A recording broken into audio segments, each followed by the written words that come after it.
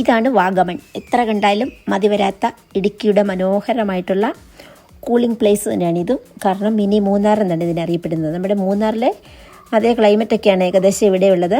ഇവിടുത്തെ ഏറ്റവും വലിയ പ്രത്യേകത എന്ന് പറഞ്ഞിട്ടുണ്ടെങ്കിൽ മെഡോസ് ഉണ്ട്, വലിയ ഹിൽസ് ഉണ്ട്, അതുപോലെ തന്നെ അഡ്വഞ്ചർ ആക്ടിവിറ്റീസ് ഉണ്ട്, പാരാഗ്ലൈഡിംഗ് ഉണ്ട്, അതുപോലെ തന്നെ പൈൻ ഫോറസ്റ്റ് ഉണ്ട്. ഈ വാഗമൺ മെഡോസ് വളരെ പ്രസിദ്ധമാണ്. ഇവിടുത്തെ ഏകദേശം ഒരു സമയം എന്ന് പറയുന്നത് ഒക്ടോബർ ടു മാർച്ചാണ്.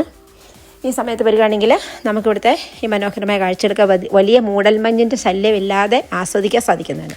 ഇതിൻ്റെ താഴ്വാരത്തൊക്കെ ആയിട്ട്, അതായത് നോക്കത്താ ദൂരത്തോളം പരന്ന് കിടക്കുന്ന നമ്മുടെ കുട്ടിക്കൽ, അതായത് ഒരു 2 വർഷം മുമ്പ് ഉരുള് പൊട്ടിയിട്ടുള്ള നമ്മുടെ കുട്ടിക്കൽ കാണാം. അതുപോലെ തന്നെ മുണ്ടക്കയം, പത്തനംതിട്ട ജില്ലകൾ, അതുപോലെ തന്നെ പത്തനംതിട്ട ജില്ല, കോട്ടയം ജില്ല, ഇതൊക്കെ ഇവിടെ വന്നാലേ കാണാം. ഇവിടുത്തെ ഏറ്റവും വലിയൊരു പ്രത്യേകതയാണ്, അതായത് എങ്ങ് നോക്കിയാലും ആദ്യം ഞാൻ പറഞ്ഞു വലിയ ഹിൽസ്, അതായത് ചെങ്കുത്തായിട്ടുള്ള മലനിരകൾ കൊണ്ട് സമ്പന്നമായിട്ടുള്ള സ്ഥലമാണിത്. അതുപോലെ തന്നെ മൊട്ടക്കുന്നുകളുണ്ട്. ഇവിടുത്തെ ഏറ്റവും വലിയ പ്രത്യേകതയാണ്.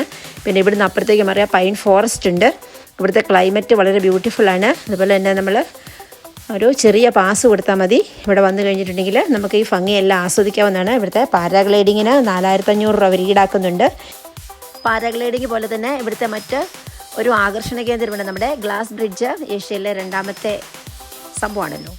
അത് ഇന്ന് ഏതായാലും ഞാനിന്ന് വന്ന ദിവസം സംഭവം പണി മുടക്കിയിരിക്കുകയാണ്. ഉടനെ തന്നെ അത് അവർ റിപ്പയറൊക്കെ ചെയ്ത് റെഡിയാക്കുമെന്നാണ് അറിയാൻ സാധിച്ചിട്ടുള്ളത്. ഏതായാലും അത്തെ കയറാൻ സാധിച്ചിട്ടില്ല. അത്തെ കയറി കഴിഞ്ഞിട്ടുണ്ടെങ്കിൽ ഈ ചെങ്കുത്തായിട്ട് കിടക്കുന്ന മലനിരകൾ നമുക്ക് ഈ ബ്രിഡ്ജ് കയറി താഴോട്ട് നോക്കിക്കഴിഞ്ഞാൽ കാണാൻ സാധിക്കും. ഒരു വന്യമായിട്ടുള്ള സൗന്ദര്യമാണ് എന്നാണ് അവിടുത്തെ ഗൈഡ് പറഞ്ഞ് അറിയാൻ സാധിച്ചിട്ടുള്ളത്. അപ്പോൾ എത്ര കണ്ടാലും മതി വരാത്ത ഈ മനോഹരിയായിട്ടുള്ള നമ്മുടെ വാഗമണിൻ്റെ സൗന്ദര്യമൊക്കെ നമുക്ക് കണ്ടാസ്വദിക്കാം.